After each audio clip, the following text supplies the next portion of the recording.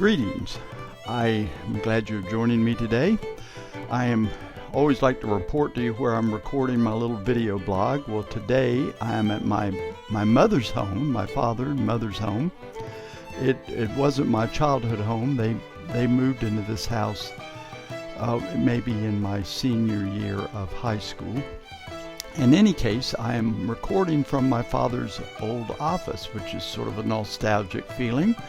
He was a CPA as well, a partner with Ernst back in the good old days, and so you could see the office, a little view of grandchildren's pictures and those sorts of things, and of course he passed away about 10 years ago, and so the office is still here, and I thought, well, this is a good place to record the video.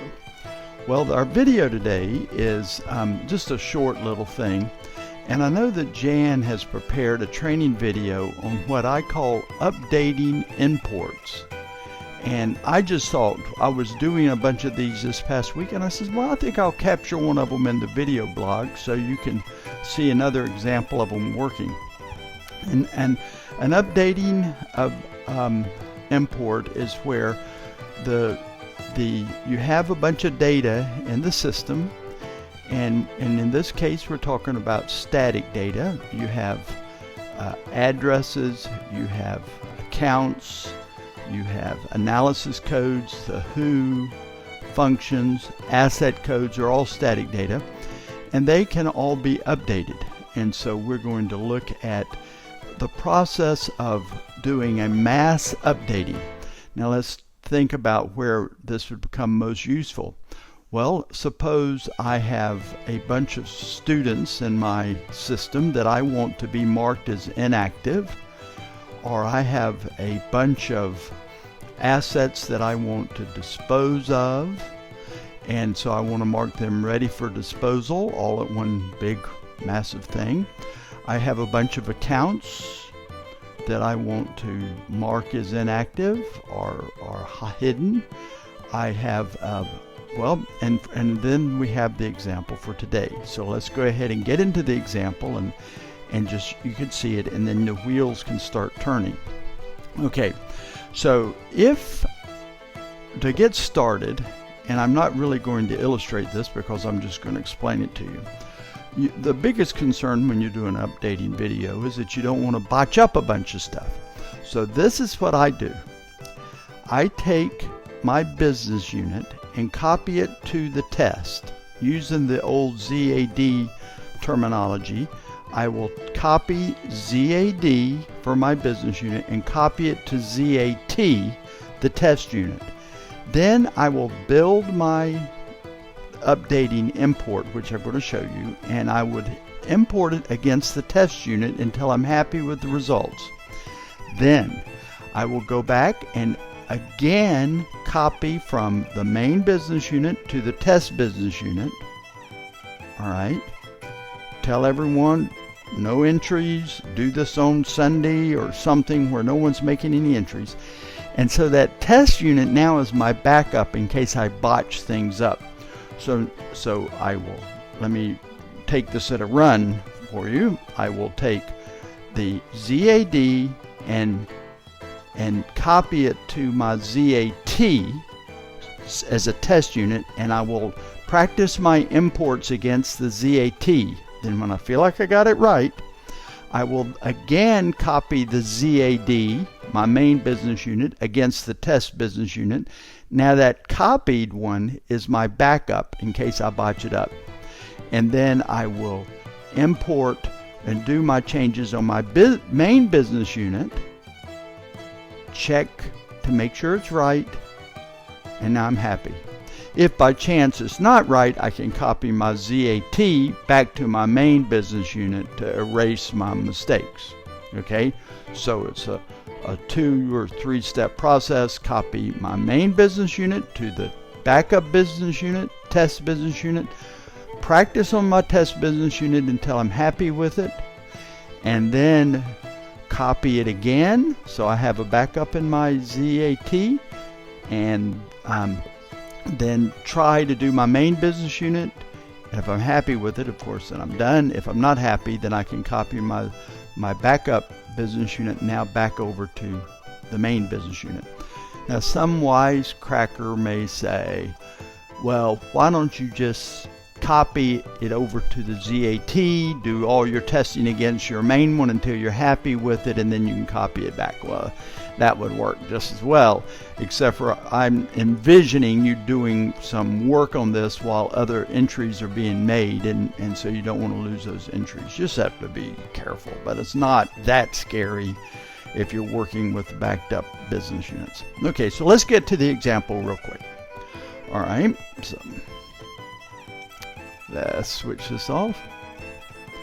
Okay, just for our little class example, a teaching example, I have made a listing of my assets, and I have showing where in my asset descriptions, so these are my asset codes and descriptions, I have sometimes used uppercase and sometimes used, I think this case is called mixed case, and that looks really untidy in any sort of report. You could see the same thing happening in your assets or receivable listing with students and so forth, and I would like to have them all in the same case, and I think what looks better is to have this mixed case here. And so what I want to do is to update all of my asset descriptions so they are in this mixed case. And so just as a quick way to get all of my assets, I've got all of my assets here, and I'm going to copy it. Okay, and I'll come over to Excel, and I will put all that in there like that. And so here are right now the descriptions of all of my assets in the poor looking, poorly done mixed case. I mean, not mixed case, poorly done of mixing up the cases. Okay, so now I want to get my new description over in column C, where I have corrected the case. And what I'm going to do is use a function in Excel. If I can pull this up right here, a function in Excel, and let's see if I can find my functions here nicely. Okay, I'm going to insert a function, and the function I would like to insert, it's under text. Okay, this is all about Excel, and in text they have a function in there called let's see if I can find it. The Excel program calls it proper. Okay, so I'm going to use the proper case. This proper case is where you have this, and what I'm going to do here is just apply the proper case to all of my assets, whether they need it or not. Okay, so if you wonder why is he doing it to this one, it just make it simple instead of separating out the ones that need it and don't need it. You know, and so if I just bring this down, you see these first few don't need it, but you could see these others need it. And remember I'm in Q&A, so I have to, let me just go ahead and copy it all the way down. It's not automatically recalculating. Remember how Q&A puts it into not. Okay, so here I'm bringing all my assets over here, and then I'll do a recalculation. Let's see if I can get it. So I'll recalculate the worksheet, and it brings it all into the right case. Excel calls it proper case. And remember now that these values, this is a function formula over here, and you can't import a formula, so I'll just take this real easy like right here, and I'll copy it right here and go paste values. Okay, and so now these are done. All right, and so conceptually you see we're done with these columns now. So I'll just hide them so they don't confuse us anymore. And so what I want to do is import these values back into the system. So I'll make sure I'm logged in, and I am logged in. So I'm going to do a data send. Okay, and the type of data send I forgot, jumped the gun, sorry. All right, I need a layout identifier. I just happen to know that I need one. Now in this case, and I'm going to show you just in case you are confused about layout identifiers. I mean, I know Jan's explained it very well, but just you know, to me, layout identifiers was the most confusing thing in the world. All right, so I put that 1 in there because I just happen to know that I need a 1 there, but I'm going to explain why it's a 1 in a minute, you know. All right, now remember, we're doing an updating of our static data. All right, so it's very simple to do updating because I don't have everything that goes into a data send. Okay, let's see if we can't get this going. All right, so the definition in this particular case of what I want to send is an asset. Okay, so I could be doing this to account descriptions. I could be doing it to, let's see some other good ones. Supplier, what is the account? I said, oh, analysis codes, a big one. So like all of my who's, or all of my functions, or students, and, you know. So, but we're doing asset here. All right. And my layout identifier. Now the layout identifier is easiest to understand in the context of static data. The layout identifier is basically saying, what page of all of these do I want to use? So if I put, you've got to use 1. So if I put 1 semicolon 13, I would be bringing in both 1 and 13. Or 1 semicolon 2, I'd be bringing in page 1 and page 2. Well, in this case, all I'm trying to do is update the description right there.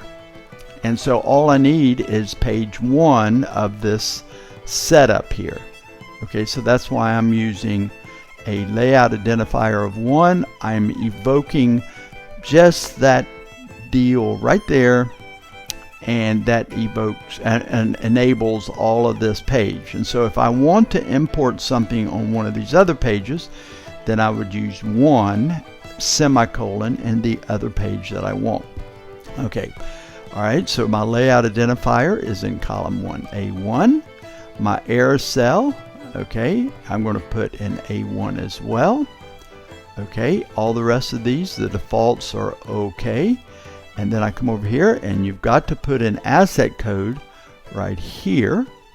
Okay, and description is going, oh, sorry, I put the wrong asset code column. Okay, asset code right there. Okay, AB1, and description, I wanted to pick up description from right here, and I'm basically done. But I would like to mention something while I'm here, because it is possible to have a list of students, for example, that I want to mark their accounts as inactive or hidden, or a list of accounts that I want to mark en masse, and I would do that right here under the status. Okay, and so just to let you know, one major use of updating is this massive updating of students to mark them as those accounts as hidden or inactive. And you can do it instead of going to every one of their accounts and spending the afternoon. You just do it in one massive updating import, and it's done in this exact same fashion, but instead of changing the description, you change the status. Okay, and so I go, I think I'm right. Oh, one more thing, you go over here to options and you put in a name of a file like asset. Okay, and you put in the name of a file, and this is very important, you got to put it someplace that you can find it. So I am putting it into a file called assets onto my desktop.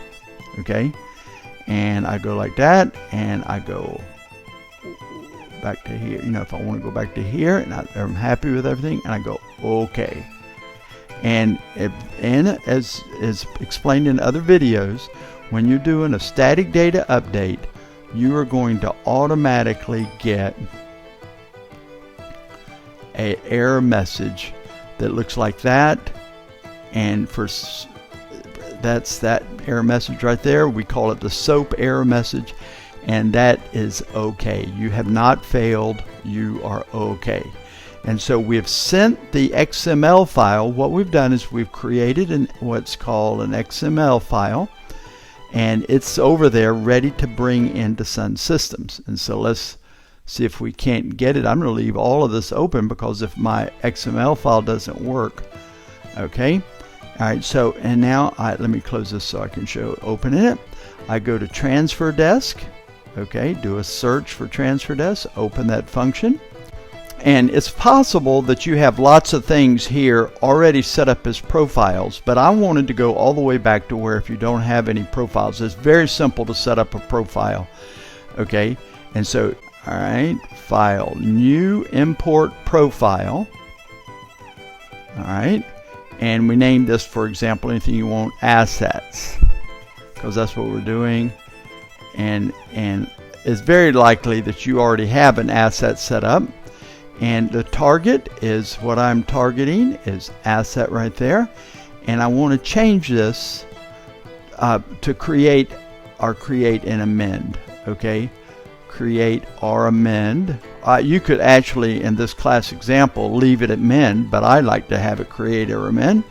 Okay, and if you want, you can put in a business unit and a source file, but I just don't. Okay, I like to just leave it just like it is, and I'll show you how it works. So that was very simple to create. All I did was create the name of the profile, say it's all about assets, and create or amend. So I go okay. All right, and then I open this baby. I've got this baby open right now. If I've got right here assets selected, so when I've got this selected here, all of this is lit up. And it looks a little bit bad, but I now target the business unit that I want to do the updating to. In your case, your first practice will be against your ZAT or your test unit. And then right here, okay, I will go and find the file that I want to import. Okay, and it was called Asset. Okay, because I was careful to remember where it was. Okay, and I've got it all set up. I'm happy. Definitely going to the right business unit, definitely going to the right file, source file, and definitely following the right profile. Okay, and then I run this baby, and it's going in now. You see that we've got 40 successful ones in. The correcting the format. Okay, to show that we've had success, let's go back over to our Q&A sheet, and we will extract this. This is the same Q&A sheet we had a minute ago, and now you can see that all the assets are in there in mixed case, or the what Excel is calling proper case. So they're all now nice and tidy. Well, you might not feel like this is a big problem in your fixed assets, but you can look at your who, you can look at your account titles and see that they're a mess, and this would be a way to straighten them out. But the main point is this whole concept of updating of your static data, accounts, who, functions, org IDs, updating anything about them that needs to be changed can be changed en masse using an update import. So to remind you what we did, this is real quick, or the way that you would proceed is that you would copy your main database to your some sort of backup database, business unit, excuse me. You copy your main business unit to some sort of backup business unit, practice on that backup business unit, then make one more copy of your business unit, and then do the real thing, the real update on your main business unit.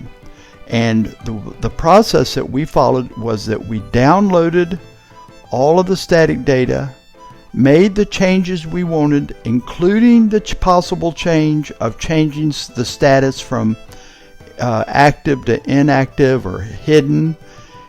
Then we downloaded it, changed it, mapped it, and shot it back up. The whole process just taking a few minutes.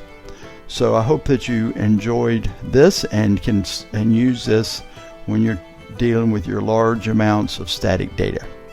Thank you.